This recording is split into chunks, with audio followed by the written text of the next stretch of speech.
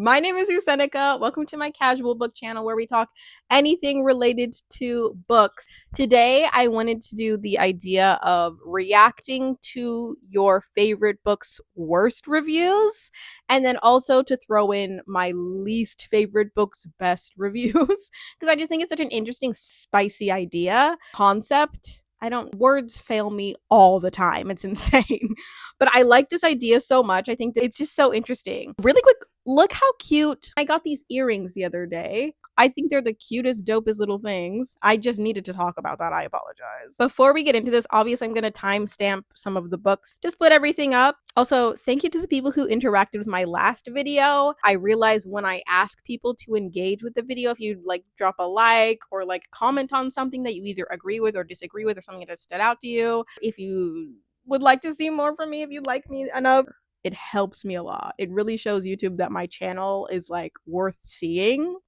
I really want to make sure to list everything I look for a book, everything that shapes my taste, because that's really what's informing me as to what I find valuable, but then also what informs you as to why my opinions on some of these are the way that they are. You know what I mean? Okay, so what shapes my taste, what will give me a 5-star for a book, is if a book is thrilling. I used to think I only like thrillers, but I really like books that are thrilling. If it has a theme of grief, if the book has mostly explicit, but it can be implicit social commentary, and also kind of a newer one is if the book makes me laugh as much as it makes me cry in introspection. Demon Copperhead. I'll give you a rundown. Demon Copperhead is essentially the most tragic, trauma-esque book that I've ever read, but it also is from the perspective of somebody who's incredibly witty, incredibly resilient, somebody that you want to see thrive. I really appreciated the book. I love the author, but there are a lot of criticism that I agree with in this. So yeah, let's just get to it. That's one thing that I will say about this book is that I know it's not everybody's cup of tea, but since it hits literally every single thing on my list that I'm looking for, it's my exact cup.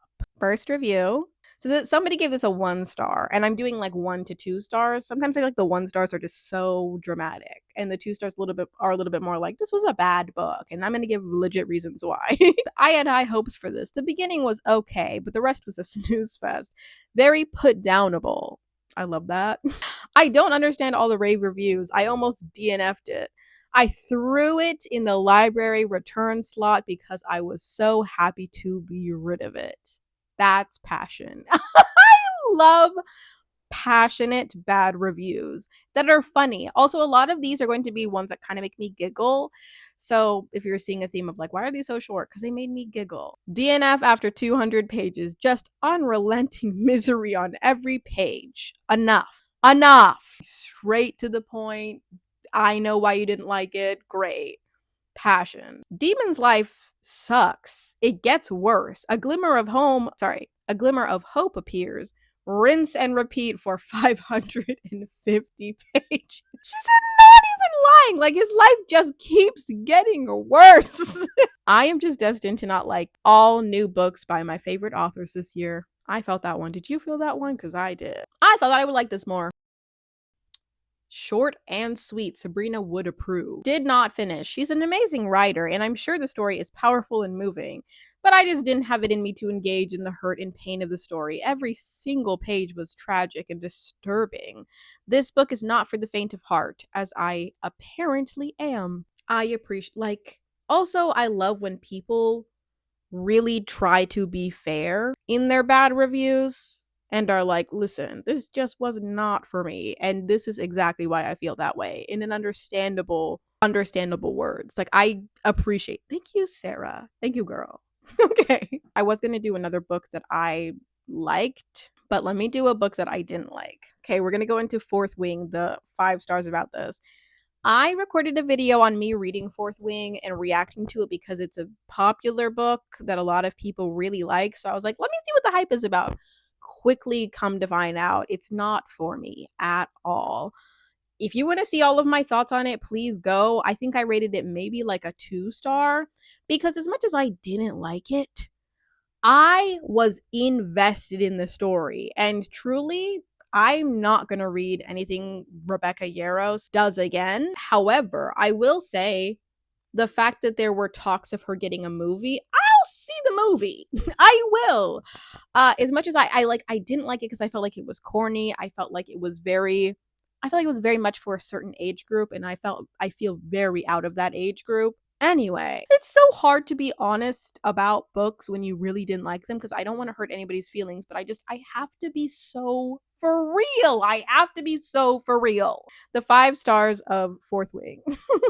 If y'all see me on the news tomorrow, it's because I broke into the author's home and tried to steal the manuscript for the sequel. I tried to steal it. I tried to break into the house and steal the manuscript. I am not emotionally stable enough to wait until November for the next book. She's referring to Iron Flame. That's also to me like, y'all really for Fourth Wing.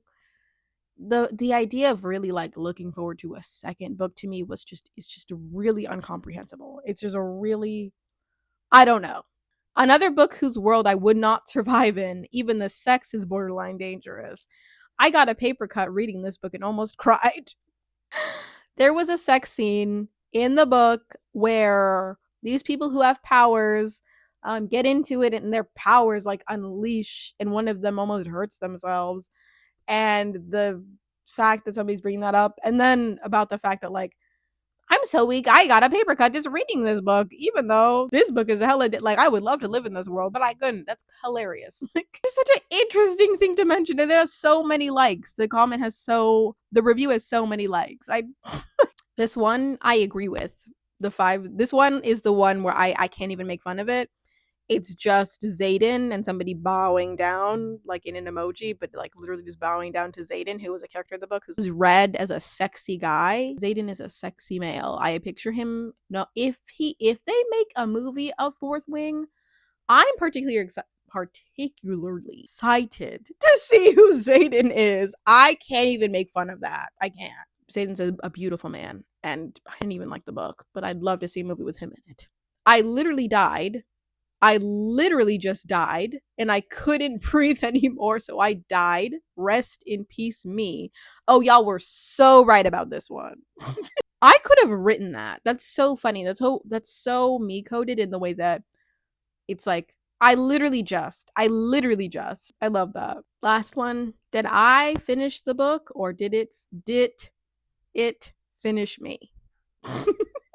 Next, we'll go into a book that I really liked. We're going to do the Rachel Incident and react to the worst rated ones. This book is a coming of age story focused on this girl named Rachel, who starts out as a college student in the mid 2000s. She turns into a woman kind of before our eyes in the book.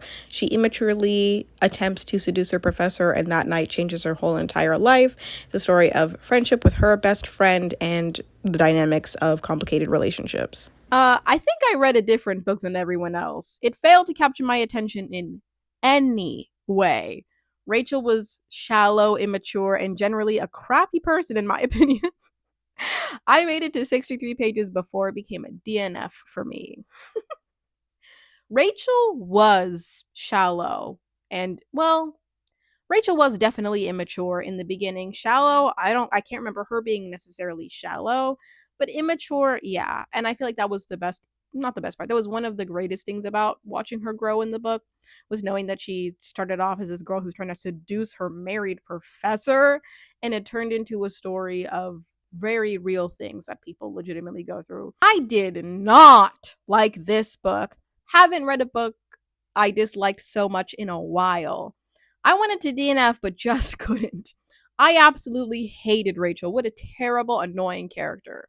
Oh well, moving on. Oh well, moving on. And that's just how life goes. This one was hilarious. Thanks a lot, Rachel. Thanks a lot, you idiot. Thanks a lot, Rachel. Thanks a lot. Thanks a lot, Rachel. This book belongs in the category of no real plot, just vibes. It reads more like a memoir than anything else because it's just someone retelling the past as a slightly unreliable narrator. Not a big fan. Hey, I really can't argue with that. I liked not it not having an incredibly structured plot. I like my coming of age stories to kind of flow in a way. I don't know. Gave it 75 pages and DNF.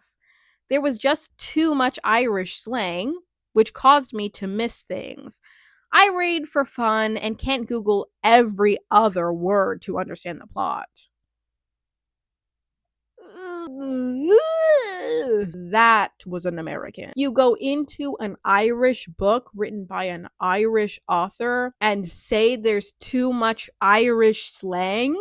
What? Is the Irish author not supposed to include the way that she communicates that's authentic to her and her Irish communication through her Irish genes? What are we saying?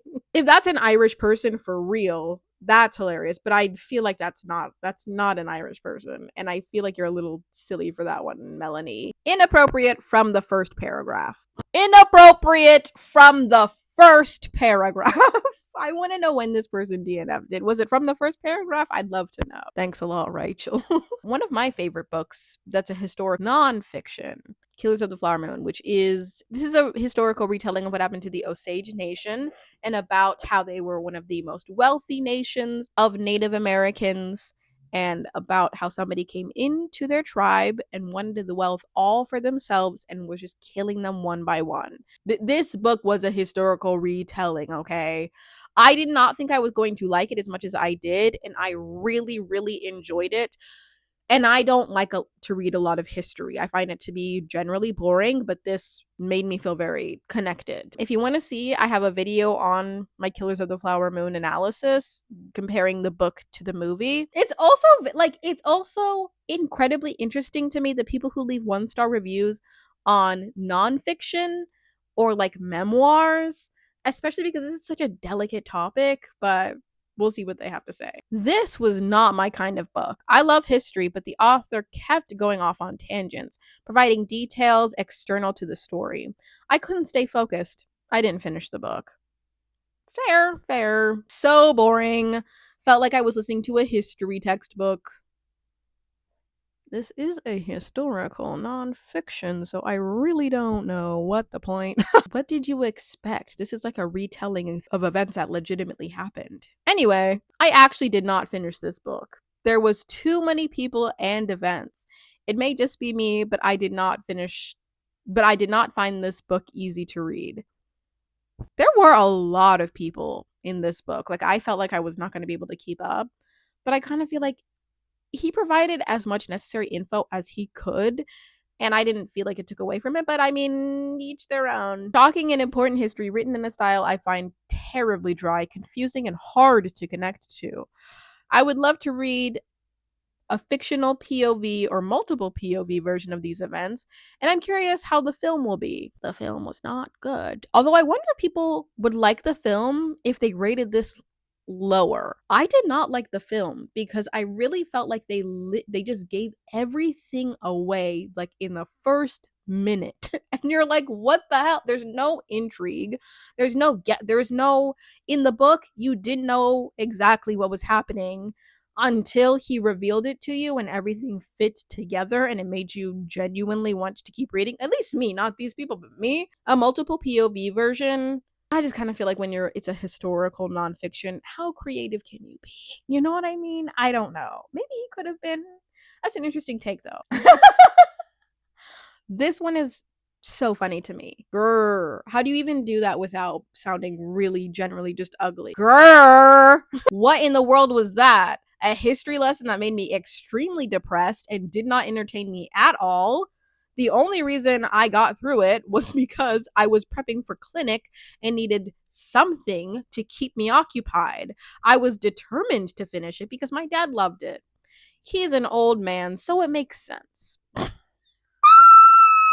That's my favorite review. I was determined to finish it because my dad loved it, but he's an old man, so it makes sense. Way to shade your dad and also be like, it's a history lesson that made me depressed. That is also in line of like the people that I was talking about in last video. It's like, we're talking about murders here of a nation that did not deserve it. What did you expect? What was the expectation?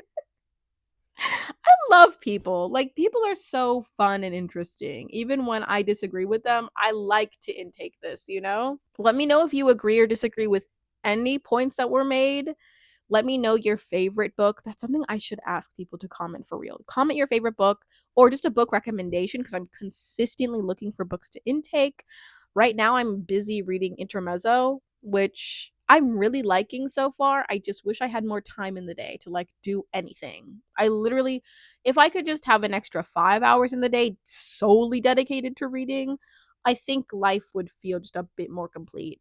And I'm not willing to wake up earlier to do it. So, God, if you're here, just hear me out. Wherever you are, whoever you are, whatever you're doing, whatever time of day it is, I hope you have a valuable, amazing, wonderful morning, afternoon, or night.